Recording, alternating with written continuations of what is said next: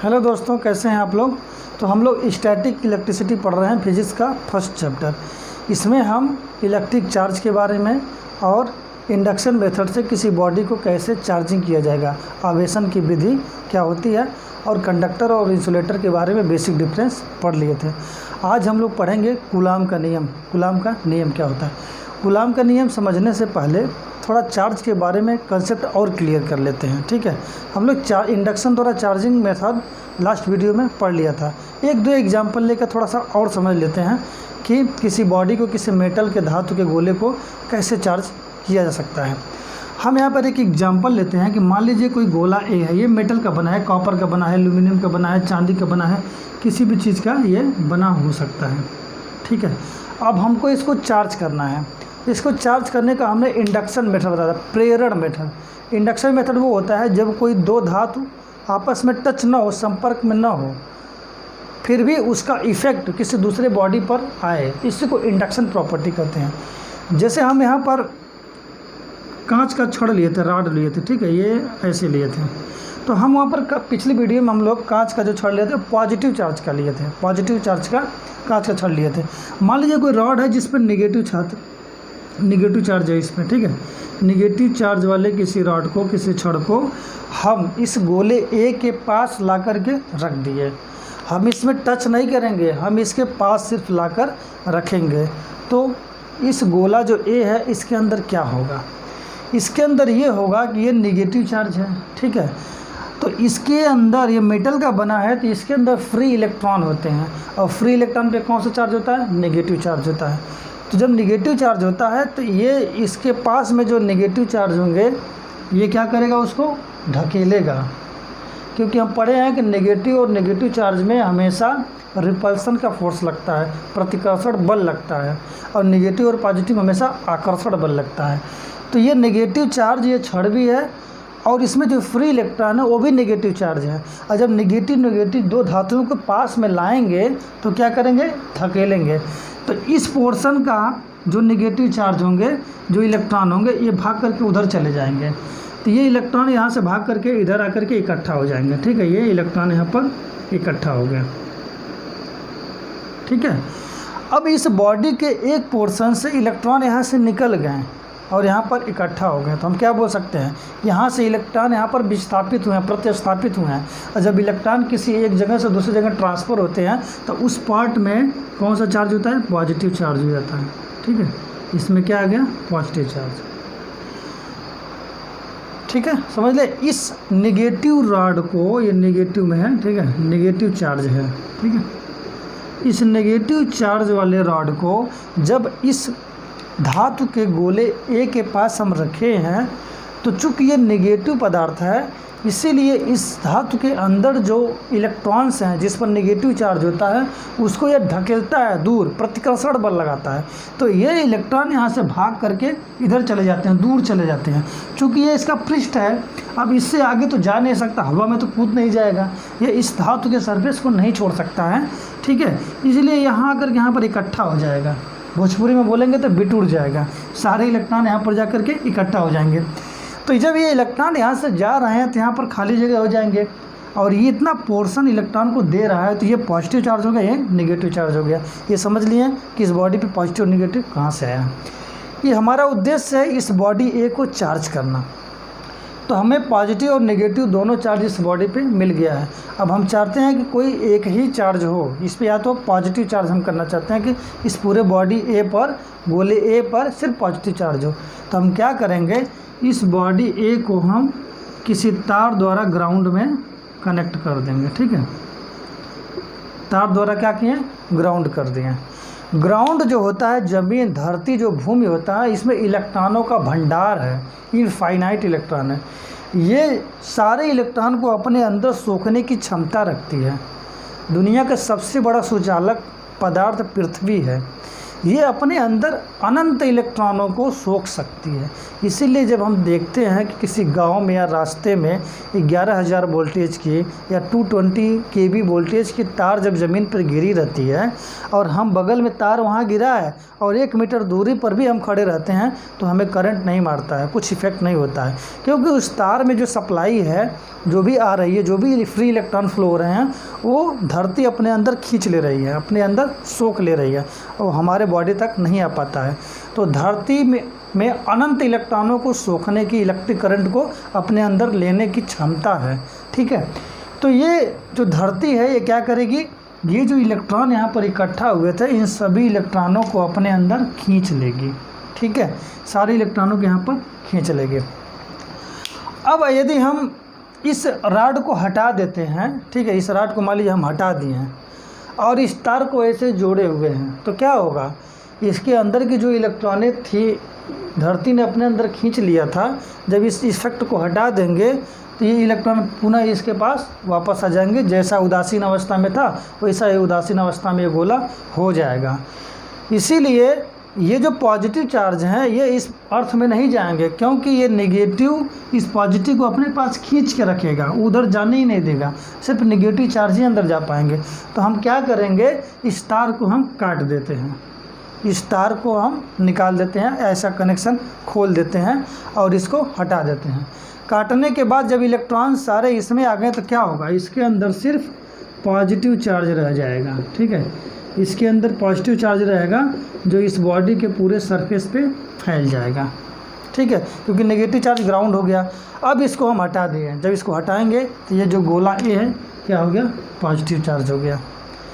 तो किसी धातु के गोलों को कैसे चार्ज करना है, आवेशित करना है, ये हम समझ लिए। हमने इस गोले को पॉजिटिव चार्ज दे दिया। अब कितना भी चार्ज, मान लीजिए क्यू कूलम का आवेश इस पे हो गया है। अगर इसी धातु के गोलों को हमको नेगेटिव चार्ज करना हो तो इसका उल्टा करेंगे। मान लीजिए हमको उसको प्लस नहीं करना है, नेगेटिव चार्ज मतलब ऋणात्मक चार्ज करना है, तो गोला हम मान लीजिए गोला बी है, इस पर हमको ऋणात्मक चार्ज लाना है। तो ये जो राड हम लिए हैं, कांच का जो छड़ लिए हैं, ये पहले हम नेगेटिव लिए थे, अब हम इसको पॉजिटिव ले रहे हैं।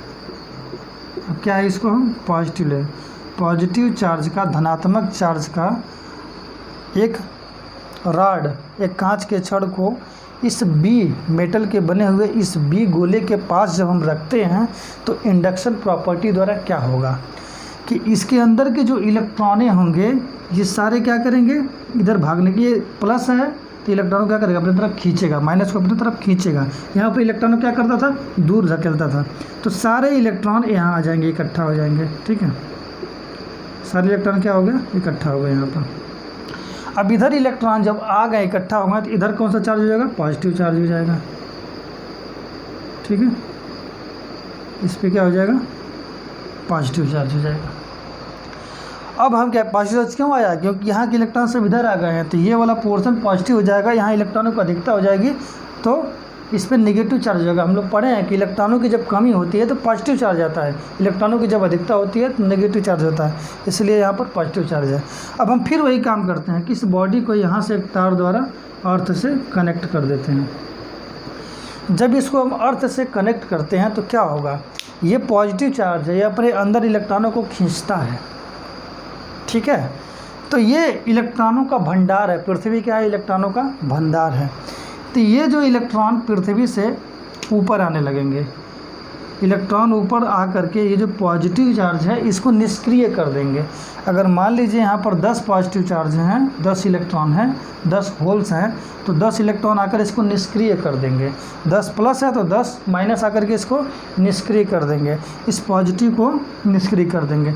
तो अब हम फिर इस अगर अवस्था को हम यहाँ हटा देंगे तो ये पुनः उदासीन अवस्था में आ जाएगा, मतलब इस रॉड को हमको हटाने नहीं है। अब इससे पहले जैसे ये पॉजिटिव जो चार्ज यहाँ इकट्ठा हुआ था ये निष्क्रिय हो जाएगा, ये इसके जगह पर देखिए यहाँ के जो इलेक्ट्रॉन थे ये इसको खींच करके इधर कर लिया है, इस पर नेगेटिव चार्ज आ गया है, तो यहाँ इलेक्ट्रॉन खाली हो गए हैं ना। मान लीजिए 10 इलेक्ट्रॉन यहाँ थे, 10 इधर आ गए, तो इसके जगह पर 10 इलेक्ट्रॉन की कमी हो गई, तो 10 इलेक्ट्रॉन क्या करेगा, इस अर्थ से ये ले लेगा, क्योंकि तार कनेक्टेड है, कंडक्टर से कनेक्ट, कॉपर का वायर है ये, और कॉपर कोर क्या होता है, चालक होता है, कंडक्टर होता है। इसके अंदर से इलेक्ट्रॉन आवेश या इलेक्ट्रिक करंट आसानी से फ्लो हो सकते हैं। तो इलेक्ट्रॉन यहाँ पर आकर के जो खाली हुआ था इलेक्ट्रॉन इसका जगह ले लेंगे, यानी कोई चार्ज नहीं रह जाएगा। और फिर इसके हम तार को ऐसे काट देंगे। जैसे ये उदासीन यहाँ पर पॉजिटिव चार्ज खत्म होगा काट लेंगे और इसको भी हम हटा देंगे, तो क्या हो जाएगा, इस गोले पे पूरा नेगेटिव चार्ज पूरे सरफेस पे फैल जाएगा।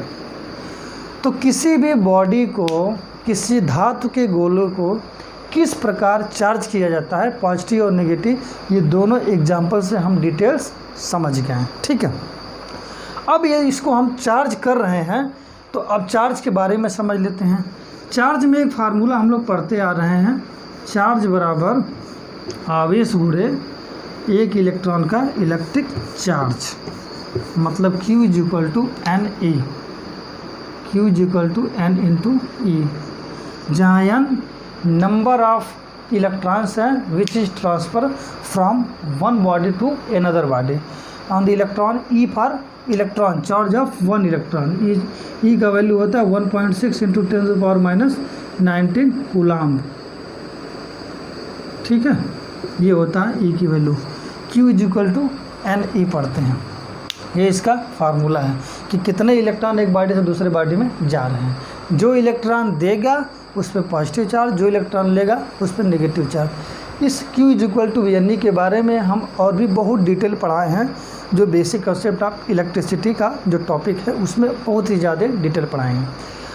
अब हम पढ़ते हैं आवेश संरक्षण क्या होता है, आवेश संरक्षण का नियम। जैसे हम ऊर्जा का संरक्षण पढ़ते हैं कि ऊर्जा को ना तो उत्पन्न किया जा सकता है, ना तो ऊर्जा को नष्ट किया जा सकता है, ऊर्जा को एक रूप से दूसरे रूप में परिवर्तित किया जा सकता है। उसी प्रकार आवेश संरक्षण का भी नियम होता है। जब ये बॉडी ए था और ये बॉडी बी था, ठीक है, ये बॉडी ए ने इसको अगर 4 इलेक्ट्रॉन दे दिया है तो इसके पास 4 इलेक्ट्रॉन की अधिकता हो गई है। ठीक है, ये मान लीजिए ये पहले y था तो ये y+4 हो गई है, और इसके पास पहले x था तो x-4 हो गई है। मतलब यहाँ इलेक्ट्रॉन, ये जो हम लोग इंडक्शन मेथड द्वारा जो चार्जिंग हम लोग कर रहे थे, जो रॉड लगाए थे पॉजिटिव नेगेटिव, इसके चार्ज पर कोई इफेक्ट थोड़ी पड़ता है। इस रॉड का ना तो आवेश उधर जाता है ना इधर जाता है, वो बस अपने जगह पर पड़ा रहता है, उसमें कोई क्षति हानि नहीं होती है, अपनी जगह पर रहता है। ये जो दो बॉडी है ये आपस में लेन देन करते हैं, तो जितना ये इलेक्ट्रॉन ये देता है उतना इलेक्ट्रॉन वो ले लेता है, तो आवेश संरक्षण हुआ ना, आवेश हानि थोड़े ना हुआ, आवेश खत्म थोड़े ना हो जा रहा है। ये जो 4 इलेक्ट्रॉन या 4 इलेक्ट्रॉन जो फ्री इलेक्ट्रॉन निकल रहा है वो जाके गायब खत्म थोड़े ना हो जा रहा है, ये इस बी के पास स्टोर हो जा रहा है। मतलब टोटल इस आवेशन प्रक्रिया में टोटल जो कूलाम होगा, जो टोटल चार्ज की वैल्यू होगी वो कांस्टेंट होगी। जैसे x-4 y+4 हो गया, तो टोटल अगर करेंगे x-4 + y+4 तो इसकी टोटल वैल्यू क्या हो जाएगी, x + y, मतलब इतना चार्ज है। और इसमें भी क्या है, पहले x थी और y थी, पहले भी x y थी, मतलब आवेशन की प्रक्रिया के बाद भी उतने ही चार्ज रहेगा जो आवेशन की प्रक्रिया के पहले थी। तो जो चार्ज है वह हमेशा कांस्टेंट रहता है, चार्ज में कोई परिवर्तन नहीं होता है, इसको नष्ट नहीं किया जा सकता है। हाँ, किसी चार्ज पार्टिकल को, मान लीजिए ये पॉजिटिव चार्ज हो गया है, ये नेगेटिव चार्ज हो गया है, ठीक है, तो इसको हम नष्ट कर सकते हैं, इसको हटा सकते हैं, या उसको अलग से सेपरेट हम लोग इसको नष्ट कर सकते हैं। लेकिन ये पूरी आवेशन की जो प्रक्रिया है ये आवेश संरक्षित रहते हैं, इसी को आवेश की संरक्षित का नियम कहते हैं। मतलब आवेश को ना तो उत्पन्न किया जा सकता है ना तो नष्ट किया जा सकता है, संपूर्ण अवस्था में आवेश कांस्टेंट होता है। ठीक है, आवेश संरक्षित रहता है, ये आवेश संरक्षण का नियम हो गया। आवेश के बारे में हम लोग पढ़ लिए हैं। Q = N के बारे में हम जानते ही हैं, और भी डिटेल इसके बारे में समझेंगे। अब ये जो चार्ज होता है, आवेश होता है, इसका यूनिट क्या होता है, मात्रक क्या होता है। तो यूनिट ऑफ जो चार्ज होता है, यूनिट ऑफ चार्ज होता है कूलाम होता है, कूलाम होता है, COLOUMB। ठीक है, अब ये कूलाम नामक वैज्ञानिक ने इसका खोज किया था, इसीलिए इनके नाम पर यूनिट रख दिया गया जिसको हम लोग कूलाम बोलते हैं। अब ये चार्ज जो होता है, आवेश होता है, ये अदिश राशि है कि सदिश राशि है, स्केलर क्वांटिटी है कि वेक्टर क्वांटिटी है। चार्ज हमेशा अदिश राशि होती है, स्केलर क्वांटिटी होती है। जिस फिजिकल क्वांटिटी का परिमाण के साथ डायरेक्शन होता है, परिमाण और डायरेक्शन दोनों होता है, उसको सदिश राशि बोलते हैं, वेक्टर क्वांटिटी बोलते हैं। और जिसके साथ सिर्फ परिमाण होता है, ठीक है, कांस्टेंट उसकी वैल्यू होती है और उसमें कोई डायरेक्शन नहीं होता है, उसको अदिश राशि या स्केलर क्वांटिटी कहते हैं। जैसे फोर्स क्या है? वेक्टर क्वांटिटी है। जब हम कोई चीज़ बल लगाएंगे तो उसका कोई ना कोई डायरेक्शन होगा। किसी चीज़ को हम ढकेल रहे हैं तो जब ढकेलेंगे तो उसी दिशा में जाएगा जिधर हम फोर्स लगाएंगे। ऐसा नहीं कि ढकेल इधर रहे हैं जा रहा है ऊपर, तो फोर्स हो जाएगा क्या? ये वेक्टर क्वांटिटी हो जाएगा, सदिश राशि हो जाएगा। और मास जो वेट है, ठीक है, या फिर कार्य है, किया गया कार्य है, ये सब क्या है? अदिश राशि है, इसका कोई डायरेक्शन नहीं होता है। तो कूलाम जो होता है चार्ज, ये भी एक अदिश राशि है और इसका टोटल नंबर ऑफ कूलाम, मान लीजिए बहुत सारे बॉडी हैं, बॉडी ए है, बॉडी बी है, सी है, डी है, इसमें मान लीजिए +5 चार्ज है, इसमें -9 चार्ज है, इसमें +10 चार्ज है, इसमें -4 चार्ज है। तो बोल दिया जाए कि टोटल आवेश कितना है। तो इसको भी बीजगणितीय तरीके से हम लोग जोड़ सकते हैं। इसमें कुछ डायरेक्शन हमको नहीं देखना है। तो टोटल अगर चार्ज देखा जाएगा QT तो इन ए का चार्ज प्लस बी का चार्ज प्लस सी का प्लस डी का चार्ज, चारों के चार्ज के योगफल के बराबर होगी। अब इसकी वैल्यू रख देंगे। ए पे क्या चार्ज है? +5, बी पे क्या चार्ज है? -9, सी पे क्या चार्ज है? +10 और डी पे क्या चार्ज है? -4। इसकी वैल्यू रखेंगे कि नेगेटिव चार्ज है कि पॉजिटिव चार्ज है, ये दोनों का हम चिन्ह रखेंगे यहाँ पर साइन। तो टोटल कितना हो जाएगा? 10 5 15 -9 4 13 बराबर 2 कूलाम। मतलब ये टोटल जोड़ने पर 2 कूलाम का इफेक्टिव चार्ज आ रहा है। ये होता है total sum of the total charge. या फिर इसका मास जोड़ सकते हैं कि इसका वेट कितना है। तो वेट कितना होगा? मान लीजिए ये 5 किलो है, ये 2 किलो है, 3 किलो है, 4 किलो है, ग्राम है, ठीक है, या एटॉमिक वेट है, जो भी हो। तो टोटल वेट कितना हो जाएगा? 5 + 2 + 3 + 4, 5 2 7, 3 10 4 14। तो टोटल वेट को भी हम ऐड कर सकते हैं। कहने का तात्पर्य ये है कि जो आवेश होता है इसका मात्रक कूलाम होता है, ठीक है, और इसको हम बीजगणितीय तरीके से जोड़ या घटा सकते हैं, ठीक है। यह एक स्केलर क्वांटिटी होता है, अदिश राशि होता है। अब 1 कूलाम आवेश क्या होता है इसके बारे में हम समझ लेते हैं। 1 कूलाम आवेश एक बहुत बड़ी क्वांटिटी होती है, ठीक है। बहुत बड़ी क्वांटिटी कैसे होती है? हम अगर मार्केट में आवेश देखेंगे या फिर कैलकुलेट करेंगे तो हमको माइक्रो कूलाम, मिली कूलाम या नैनो कूलाम में मिलेगा, ठीक है। इसका जो यूनिट होगा माइक्रो कूलाम में ही मैक्सिमम लिया जाता है, क्योंकि 1 कूलाम आवेश बहुत बड़ी राशि होती है, ठीक है। अब 1 कूलाम आवेश को समझने के लिए एक कूलाम आवेश को समझने के लिए एक एग्जांपल लेंगे कि 1 कूलाम आवेश का मतलब क्या होता है। किसी अगर बॉडी को 1 कूलाम आवेश तक चार्ज कर दिया जाए तो उसका क्या मतलब हो जाएगा, ठीक है, कितना फोर्स लगाता है 1 कूलाम। 1 कूलाम जो चार्ज होता है उसके अंदर बहुत अधिक इलेक्ट्रॉन होते हैं, फ्री इलेक्ट्रॉन होते हैं, ठीक है। 10⁻18 6 × 10⁻18 इलेक्ट्रॉन्स होते हैं उसके पास, तो वो 1 कूलाम चार्ज कहलाता है। हम यहाँ एक एग्जांपल में समझते हैं, तब 1 कूलाम आवेश का असली मतलब समझ में आ जाएगा कि कितनी बड़ी यूनिट है 1 कूलाम। यहाँ पर एक एग्जांपल लिए हैं। एग्जांपल ये है कि यदि किसी पिंड से 1 सेकेंड में 10⁹ इलेक्ट्रॉन किसी अन्य पिंड में स्थानांतरित करते हैं तो 1 कूलाम आवेश को स्थानांतरित करने में कितना समय लगेगा, ठीक है। मान लीजिए बोला है कि बॉडी ए है और कोई ये बॉडी बी है। इस ए बॉडी से बी में 10⁹ इलेक्ट्रॉन ट्रांसफ़र हो रहा है। 10⁹ इलेक्ट्रॉन ए से बी दे रहा है, तो स्थानांतरित कर रहा है, तो तुरंत हमको पता चल जाएगा कि इस पर पॉजिटिव चार्ज हो जाएगा। तो क्वेश्चन का एक आंसर तो मिल गया कि इस पर चार्ज कौन सा होगा? पॉजिटिव होगा, क्योंकि ये बॉडी ए इसको इलेक्ट्रॉन दे रहा है 10⁹ इलेक्ट्रॉन, और जो इलेक्ट्रॉन को देता है उस पर क्या होता है? पॉजिटिव चार्ज होता है। अब 1 सेकेंड में 10⁹ इलेक्ट्रॉन दे रहा है, तो टोटल इसके ऊपर चार्ज कितना आ जाएगा?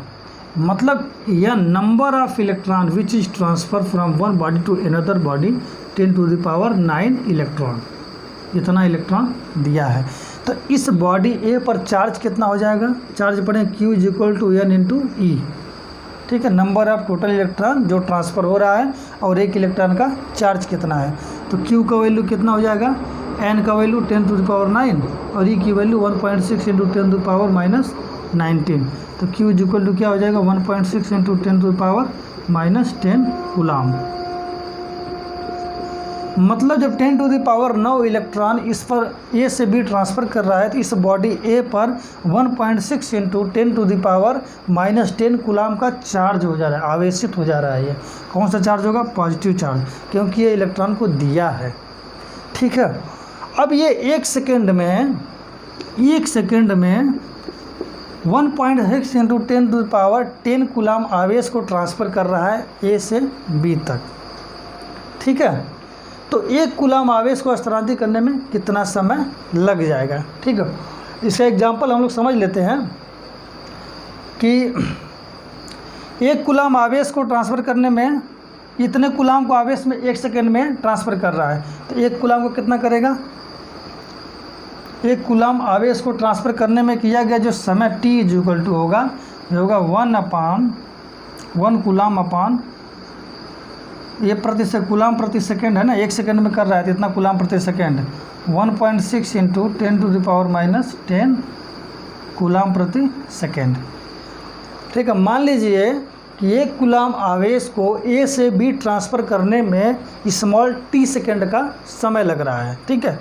तो एक कूलाम बटे इस कूलाम पर कितना चार्ज है, 1 सेकेंड में इतना ट्रांसफ़र कर रहा है, तो एक कूलाम को ट्रांसफ़र करने में इसमें डिवाइड कर देंगे, तो 1.6 × 10⁻10 पे डिवाइड करेंगे, ठीक है।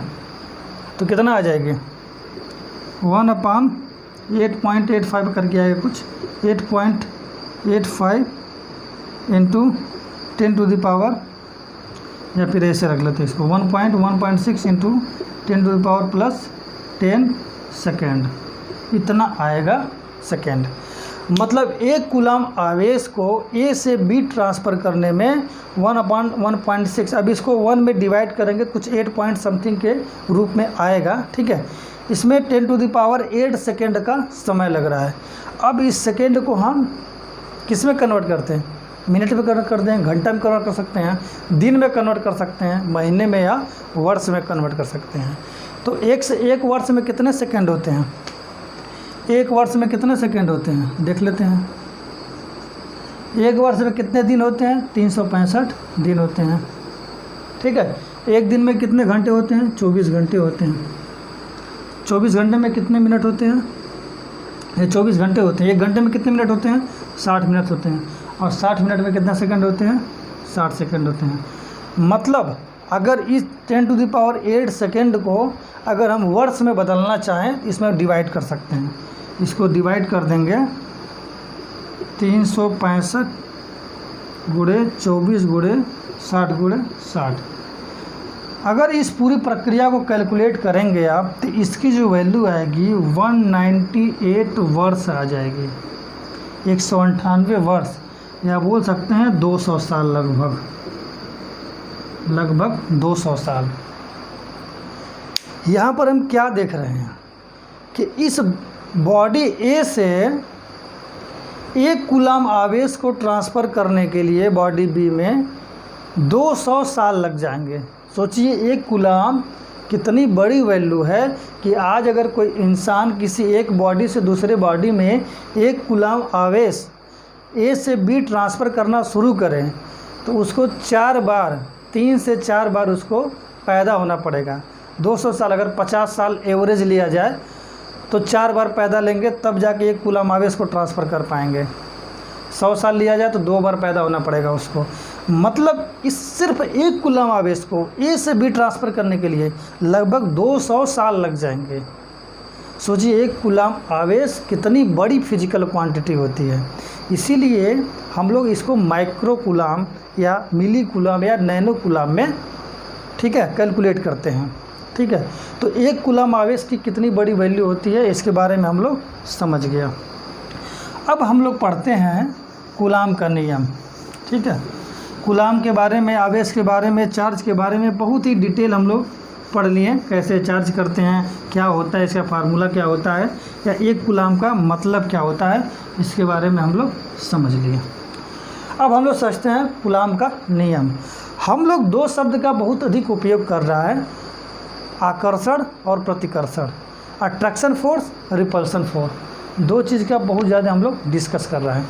अब अट्रैक्शन रिपल्सन फोर्स होता क्या है, हमने क्या पढ़ा है कि कोई बॉडी ए है, इस पर पॉजिटिव चार्ज है, कोई बॉडी बी है, इस पर भी पॉजिटिव चार्ज है। तो हम क्या देख रहे हैं, ये दोनों प्रतिकर्षण बल लगा रहे हैं, मतलब एक दूसरे को धकेल रहे हैं, प्रतिकर्षण बल, ठीक है।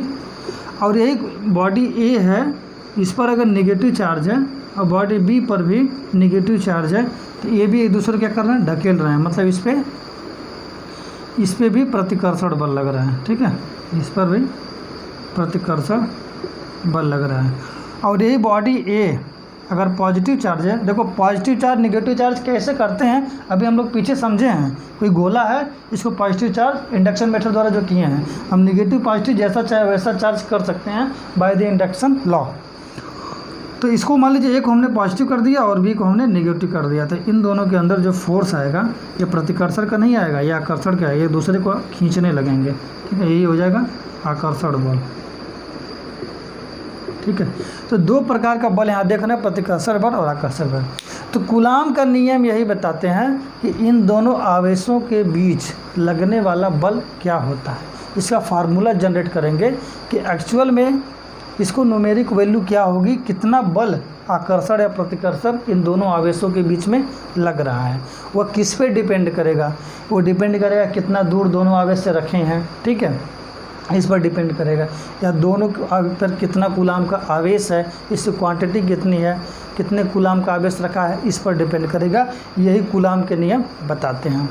बिंदु आवेश क्या होता है कि मान लीजिए जब कोई आवेश बहुत अधिक दूरी पर रखा होता है तो उस गोले को हम बिंदु आवेश मान लिए जाते हैं। जब उसके साइज की तुलना में, मान लीजिए एक ईंटा, दो ईंट ले लिए हम, ऐसे पास पास रखे हैं, इतना पास रखे हैं लगभग 1-2 सेंटीमीटर दूरी पे, तो उस ईंटे के साइज़ के हिसाब से हम लोग बहुत उस नज़दीक रखे हैं, उनका जो दोनों ईंटों के बीच की दूरी है बहुत कम है, तो उसको हम लोग बिंदु नहीं मान सकते, छोटा चीज़ नहीं मान, क्योंकि दूरी कम है। लेकिन वही एक ईंटा अगर आकाश में एक यहाँ रख दें और एक 2 किलोमीटर दूर रख दें, ज़मीन से 100 मीटर 200 मीटर ऊपर एक रख दें उधर ईंटा, उससे 1 किलोमीटर दूर, 1-1 किलोमीटर के डिफरेंस पे रख दें, तो क्या देखेंगे कि जो ईंटा होगा इतना बिंदु की आकार का छोटा दिखेगा। तो उस जो ईंटे का जो साइज़ होगा उसको हम लोग गोला न मान करके, एक बड़ा पदार्थ न मान करके एक बिंदु आवेश मान लेते हैं।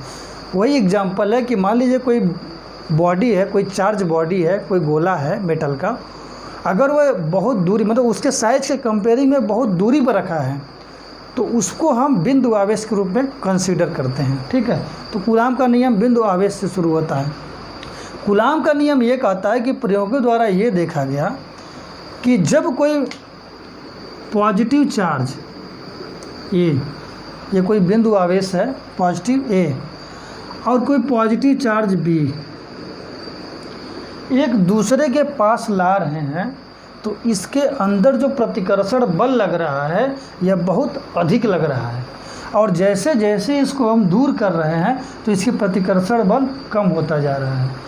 मतलब जो इन दोनों आवेशों के बीच लगने वाला आकर्षण या प्रतिकर्षण बल है वो उन दोनों आवेशों के बीच के दूरी पर डिपेंड कर रहा है।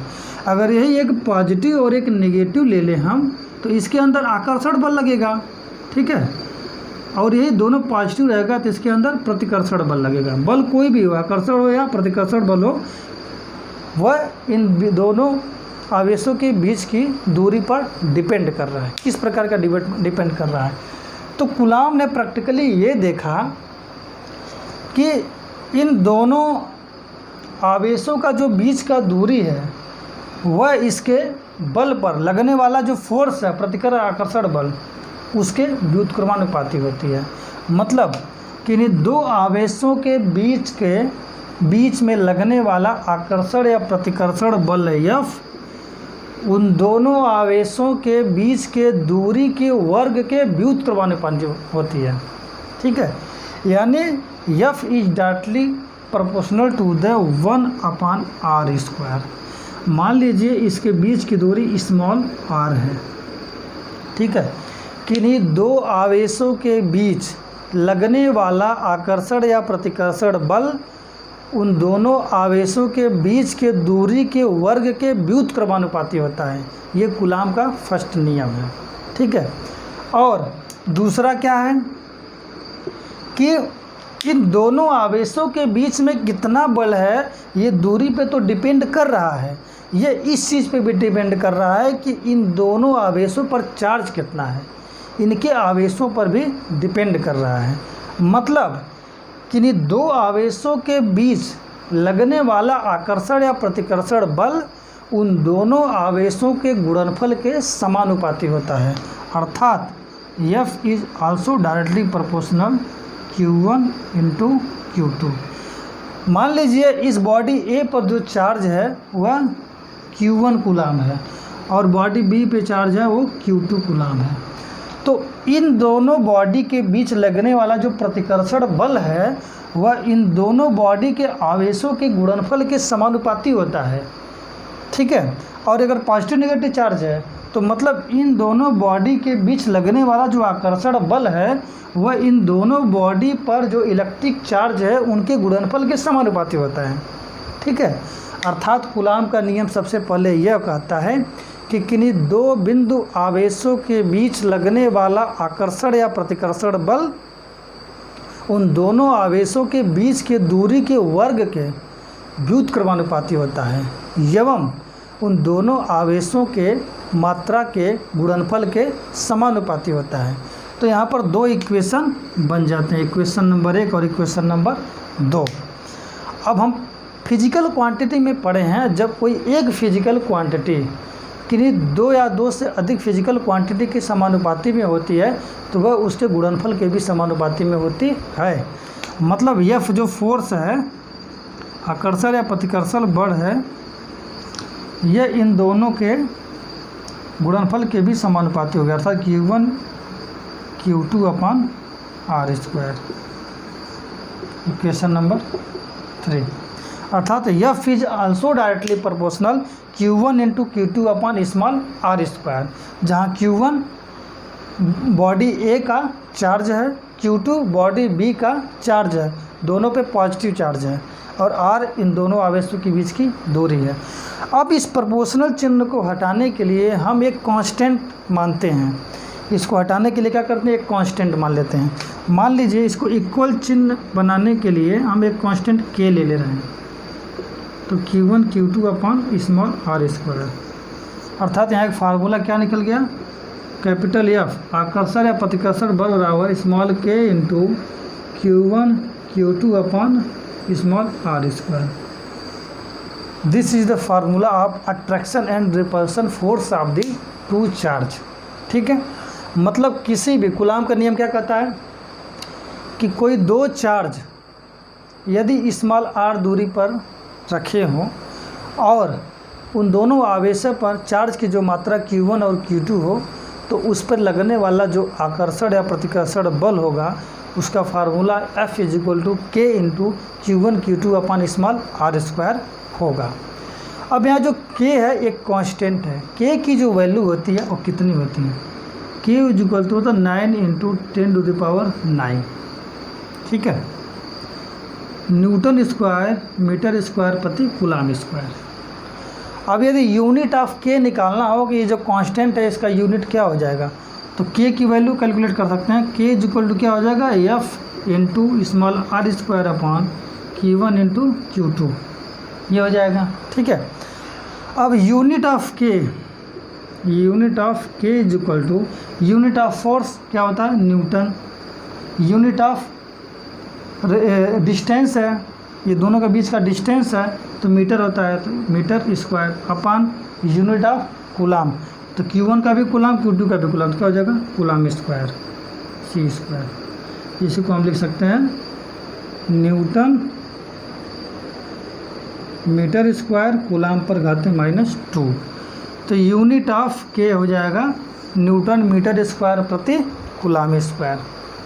ये K की जो वैल्यू होती है 9 इंटू 10⁻⁴ 9 होती है। इस k के वैल्यू को प्रयोगे द्वारा ये देखा गया कि k इज इक्वल टू होता है 1/4 पाई एप्सिलॉन 0, जहाँ k इज इक्वल टू होता है 4 पाई एप्सिलॉन 0, जहाँ एप्सिलॉन 0 होता है इसको विद्युतशीलता बोलते हैं। निर्वात में या एयर में उस पदार्थ की विद्युतशीलता कहलाता है, ठीक है, जिसकी वैल्यू होती है 8.854 इंटू 10⁻⁻12 कूलम स्क्वायर प्रति न्यूटन मीटर स्क्वायर, ये इसकी वैल्यू होती है। अर्थात यदि k के जगह पर 1/4 पाई एप्सिलॉन 0 रख देते हैं तो फाइनल फार्मूला दोनों आवेशों के बीच लगने वाला आकर्षण या प्रतिकर्षण बल क्या हो जाएगा, 1/4 pi epsilon 0 into Q1 Q2 upon R square. This is the final formula of the attraction and repulsion force of the charges, ठीक है। ये हो गया इसका आकर्षण या प्रतिकर्षण बल का, इसी को बोलते हैं कूलम का नियम। अब एप्सिलॉन 0 की वैल्यू इतना कैसे आई है इसको हम समझ लेते हैं। हम क्या देख रहे हैं कि k इज इक्वल टू क्या है 1/4 पाई एप्सिलॉन 0। तो एप्सिलॉन 0 का वैल्यू अगर कैलकुलेट करना हो तो क्या हो जाएगा, epsilon 0 is equal to 1/4 pi k, ठीक है। 1/4 गुणे पाई का वैल्यू क्या होता है 3.14, ठीक है, पाई की वैल्यू 3.14 और k की वैल्यू हमने क्या देखा है 9 इंटू 10⁻⁹, अर्थात 9 चौक 36, 1/36 गुणे 3.14 इंटू 10⁻⁹। जब इसको फाइनली हम कैलकुलेट जब करेंगे 1 में इसका डिवाइडेशन करेंगे तो इसकी वैल्यू यही आता है 8.854 इंटू 10⁻⁻12 कूलम स्क्वायर प्रति न्यूटन मीटर स्क्वायर।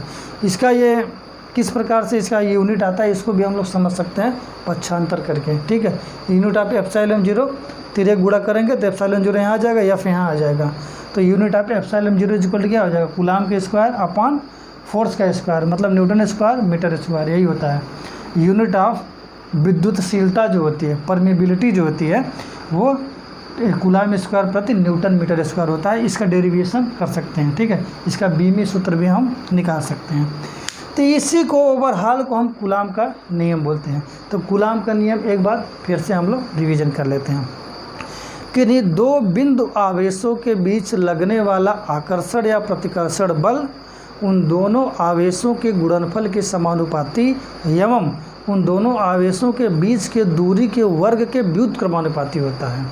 अर्थात F is equal to k into Q1 Q2 upon small r square, जहाँ k एक कांस्टेंट है, समानुपाती नियतांक है, जिसकी value 9 into 10⁻⁹ newton square metre, ये क्या न्यूटन स्क्वायर हमने लिखा है, क्या न्यूटन स्क्वायर नहीं होगा, न्यूटन मीटर स्क्वायर प्रति कूलम स्क्वायर होता है, ठीक है, जिसकी k की वैल्यू 1/4 पाई एप्सिलॉन 0 प्रयोगों द्वारा पाया गया। इस प्रकार कूलम का जो नियम है वो फाइनली आता है F is equal to 1/4 pi epsilon 0 Q1 Q2 बटे स्मॉल r स्क्वायर। ये फाइनल फार्मूला है और डिटेल्स इसके बारे में हम लोग अब पढ़ेंगे नेक्स्ट वीडियो में, ठीक है। तो चार्ज क्या होता है, चार्ज को आवेशित कैसे किया जाता है, ऊर्जा आवेश संरक्षण का नियम क्या होता है, ठीक है, और कूलम का नियम क्या होता है, इसके बारे में हमने डिटेल्स बता दिया। अब कोई भी कन्फ्यूजन होगा तो नेक्स्ट वीडियो में और भी क्लियर होता जाएगा, ठीक है। तो अब मिलते हैं नेक्स्ट वीडियो में, तब तक के लिए बाय बाय।